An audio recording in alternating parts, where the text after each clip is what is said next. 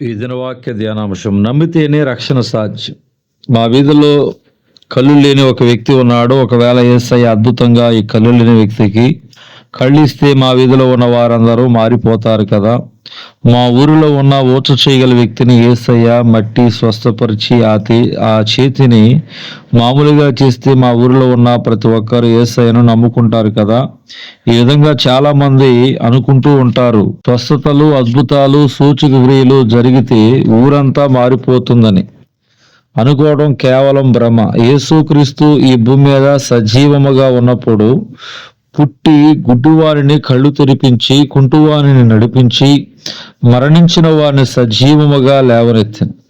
ఇలాంటి అద్భుతములు ఎన్నో చేసినప్పటికీ ఎంతో మంది ప్రజలు విశ్వసించలేదు, మారు మనసు పొందుకోలేదు. పిమ్మట ఏ పట్టణములలో ఆయన విస్తారమైన అద్భుతములు చేశానో ఆ పట్టణముల వారు మారు మనసు పొందకపోవటం వలన ఆయన వారిని గద్దించిన. మత్తయి సువార్త 11:29.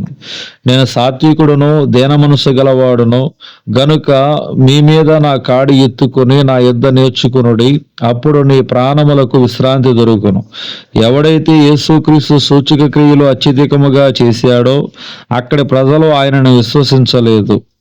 ధనవంతుడు ఒకడు నరకములో యాతన పడుచు పరలోకములో ఉన్న అబ్రహాముతో, అయ్యా, నాకు 5 సహోదరులున్నారు, వారు ఈ వేదనకరమైన స్థలమునకు రాకుండానట్లు నరకము పరలోకము అనునవి ఉన్నవని వారు గ్రహించినట్లు నీ రొమ్మున ఆనుకుని ఉన్న లాజరును దయచేసి వారి యొద్దకు పంపించుము. మృతులలో నుండి ఒకడు లేచి వెళ్ళి చెప్పిన ఎడల వారు తప్పక మారు మనసు పొందుకుంటారని వేడుకొనెను. అందుకు అబ్రహాము, వారి యొద్దకు మోషేయు ప్రవక్తలు ఉన్నారు, వారి మాటలు వినవలెను. మోషేయు ప్రవక్తలను చెప్పిన మాటలు వినని ఎడల మరణించిన వాడొకడు తిరిగి లేచి వెళ్ళిన వారు నమ్మరని అతనితో చెప్పెను. అందుకతడు మోషేయు ప్రవక్తలను చెప్పిన మాటలు వారు వినని ఎడల మృతులలో నుండి ఒకడు లేచినను నమ్మరని అతనితో చెప్పినను. లోకాసు వార్త 16:31.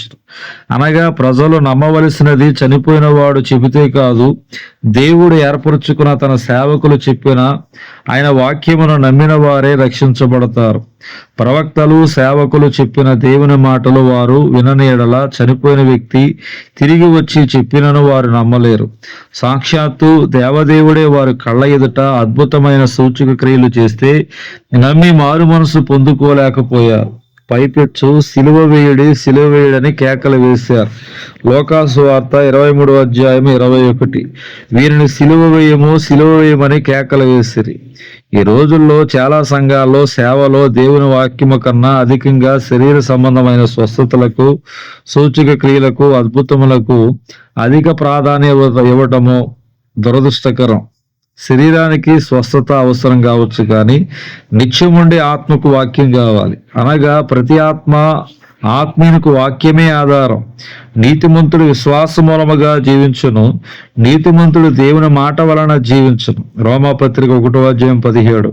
మనలను బ్రతికించే వాక్యాన్ని పనంగా పెట్టి శరీర స్వస్థతలకు ప్రాధాన్యత ఇవ్వటం ఎంతవరకు న్యాయం? ఒకసారి ఆలోచించండి.